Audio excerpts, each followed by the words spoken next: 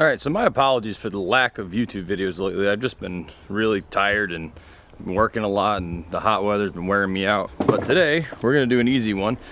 Just changing the brakes on my 2001 Silverado. We'll just do the front in today's video. I might do a video on the rear, I'm not sure yet. But let's get into it.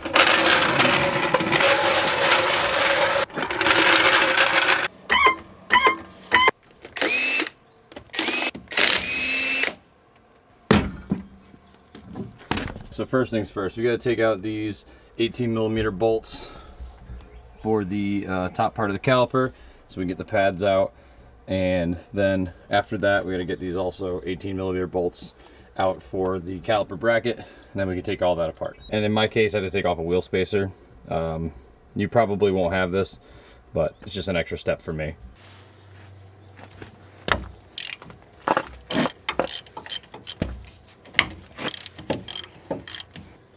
There's one. Try not to get them dirty, like the slide part of it. This part, do not get this part dirty. If you do, make sure you wipe it off and re-grease it before you put it back in. And there's the other one. So now what I'm gonna do is I'm gonna take this flathead screwdriver and I'm gonna stick it into here and pry against the rotor and pull it towards me. And that'll compress the piston a little bit so you can loosen this up and pull it off. Just like that. Now you can hang it by a hook, by the control arm, or in my case, I'm just gonna set it up top out of the way. So now you're gonna take your screwdriver and pry the old pads out. Might need a hammer, mine are pretty stuck.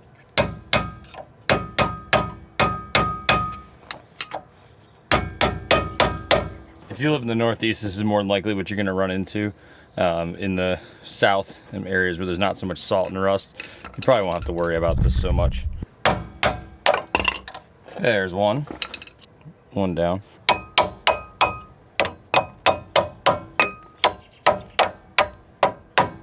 These pads are at least 3 years old, and they still have quite a bit of meat left on them, but the rotors, it's just getting all crusty from the Northeast winter. Like this pad that was stuck, you can see the grooves forming on there. It's starting to make noise and get really annoying, so time to change them. So now I'm going to go ahead and go after these 18mm bolts on the back of the bracket right here. There's one here and then one up top. Can't miss it.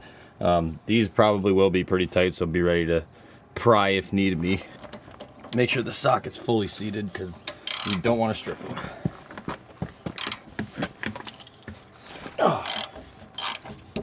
What I like to do is leave the bottom or whatever one you loosen first, leave it in there but loose, so when you go to crank the top one, the caliper bracket doesn't swing up on you.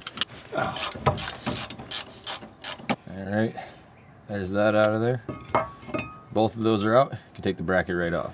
Like I said, for me this part's gonna be a little different because I have to take off this wheel spacer, but just ignore this if you don't have them, and if you do, then just do the same thing.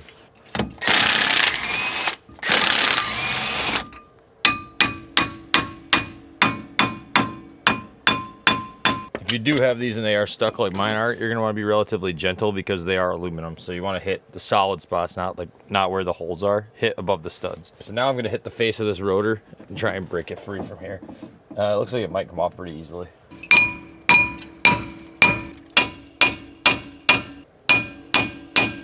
It's loose. I don't know what's holding it, but there we go. Yeah, we have her. And you can see from the inside of that, it's falling apart. That's why I'm replacing them. Now is a good time to take a wire brush, like one of these two, and clean up the rust from the surface the best you can. One thing I like to do after I do that is spray it with this. I've been using it on pretty much everything, and it really doesn't go away. As you saw from my wheel spacer here, is all juiced up still. And it hasn't come off in months, so it's really good stuff, and it doesn't like go away. Like I sprayed this with anti-seize, the entire face of that, if it'll focus on it, the entire face was covered in anti-seize. Not there anymore. Where does it go? Who knows? This stuff, wicked rugged.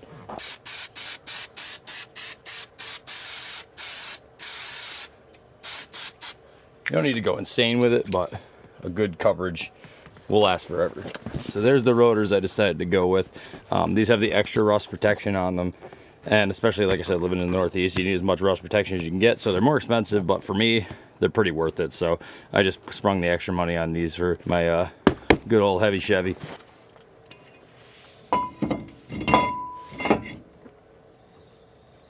Let me tell you what, I love the look of new parts. Like I said, the more rust protection, the better. Get it right on there. So now I'm gonna get the old hardware off of this bracket. I'll just do it off camera because it's kind of boring. But I just take off these metal pieces of hardware here, and then I take a wire wheel and just clean them up really good and clip the new ones on. I'll just do that off of camera. And there it is, all cleaned up, and I put a little bit of caliper grease on where before I put the hardware on. Big mistake is people put the hardware on to the bare metal and then put on the grease after. The grease stops the metal underneath the pad hardware from rusting, so it stops it from expanding. If you do it the other way around, it's kind of pointless. The pads will slide on the hardware, that's why it's there. So now you just take the hardware, line it up, and should clip on. Might have to do it at a different angle, but I just had to squeeze it with my thumb in the right spot. You squeeze there, it goes right on. I'll also mention it can only go on one way in this specific vehicle. This is a lot smaller than this side, so you can only put it on the correct side, like a glove. And finally, for the pins, I like to clean them off so they're fresh. If they're rusty, you wire wheel them clean. These are in actually pretty good shape. So there's it clean, and then I use this right here is the best for these slide pins, but any caliper grease will do the job. But this is my favorite one to use. Just juice the whole thing up. And on this vehicle, it doesn't matter which you put these in, top or bottom. Some of them, they have a little rubber gasket. Just pay attention to where it comes out.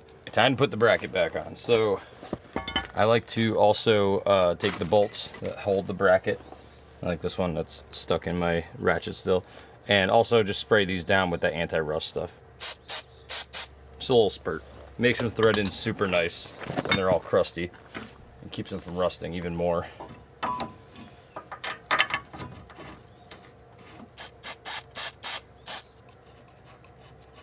And run these down nice and tight. Don't lose your mind. Go full gorilla, but pretty much as tight as you can make it with a regular size tool. This is good enough. I don't know the actual torque spec, but I've never had them come loose by just cranking them like that. So it looks like these specific ceramic select pads, there's 2 squeakers on one of them and 1 squeaker on the other. So I'm gonna assume that the 2 squeakers goes on the inside. It doesn't say inside or outside on them. They could probably go at either orientation, but I just prefer to put the 2 squeakers inside. And with everything cleaned up, they should go on pretty easily. Should. It's a finicky design on this specific one. A lot of the newer ones are easier. See, they just set it down inside, kind of rotate it up onto here, and then it slides in. Back one's just fighting me a little bit. But mine's also extremely high mileage and worn out. Yours probably won't be so bad, but it's slid on nice. I can move it with my hand, so it's good to go. Now for the caliper, we have to compress the pistons, which I don't have my fancy caliper compression tool. It's at work, so I'll show you the backyard hack way. Big ol' C-clamp, and then you take one of your old pads in like this.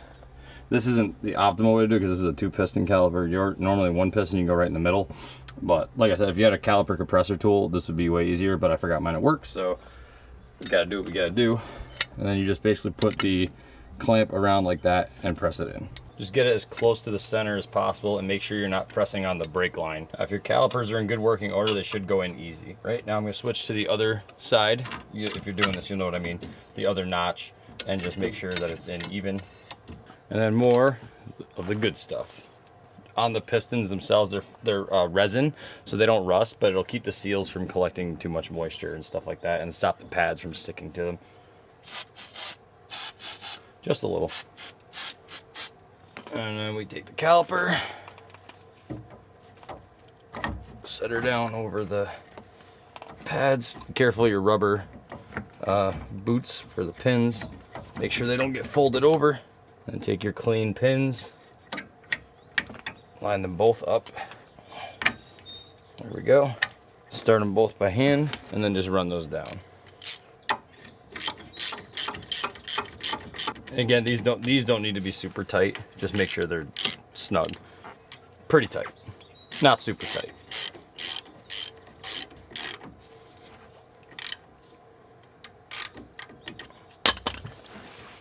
And that's it. And there we are. Shiny new Bosch rotor. Some Brake Best ceramic pads.